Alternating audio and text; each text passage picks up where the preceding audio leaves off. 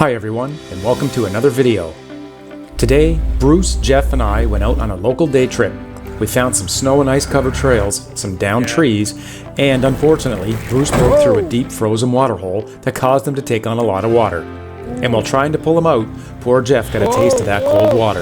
I've put about 2,000 kilometers or 1,200 miles on my cfmoto Highland in the last 6 months, and the more I drive it, the more impressed I am with its capabilities.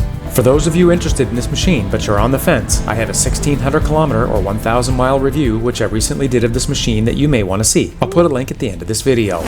Instead of taking his Razor, Jeff decided to ride shotgun with me inside the heated cab.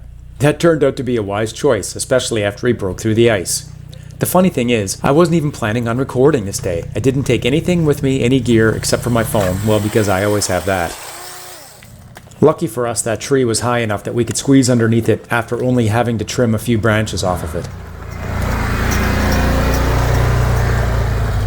The temperatures in our area lately have gone from well below freezing to well above freezing and then back below freezing again.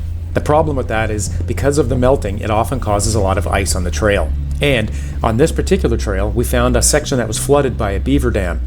Normally you can drive right over it because the ice is thick enough. Bruce wasn't really sure if he wanted to try it or not, but in the end he decided to go ahead because I was behind him and I have a winch. And really, how bad could it be if he broke through?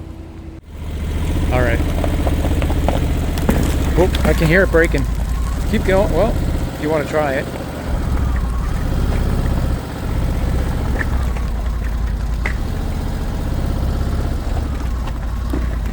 Oh, I can feel the ice breaking around my feet now. Whoa! Oh, shit. So, this is happening right now. Oops. Oops. It's water's...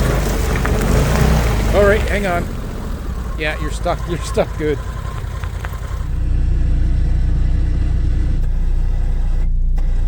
Got it? Oh.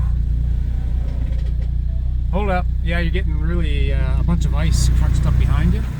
Oh shit, yeah, you are.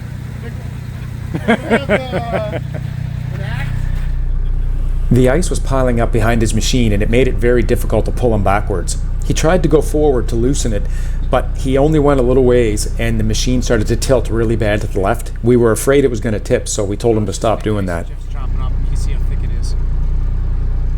Well, don't do anything yet. Whoa, whoa! You alright? You're going to be... Well, you moved the ice out of the way. Oh man, the guys laughed so hard when I showed them that video and they heard me say, well, you moved the ice out of the way. Since I was on ice, the winch was pulling my machine towards Bruce instead of the other way around. So I had to use a kinetic rope that I had in my storage box, and I tied off the machine to a tree, and that really helped a lot.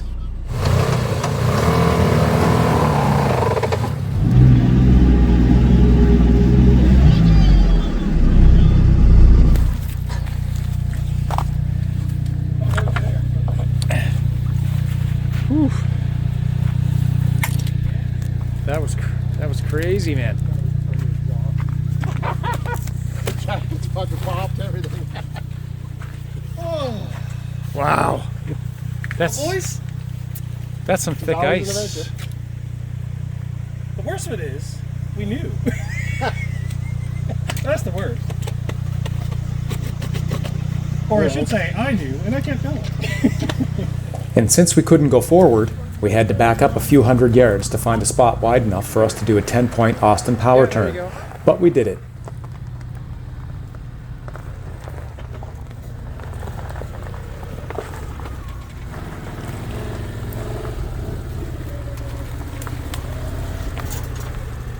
Our next stop was McCollum Field, so that we could use our barbecue to cook up some food. And while we were waiting for that to cook, we had some snacks. When you're out on a trip like this, you have to come prepared. Dry pants are good. Dry socks too. Can't feel any toes. Dry boots.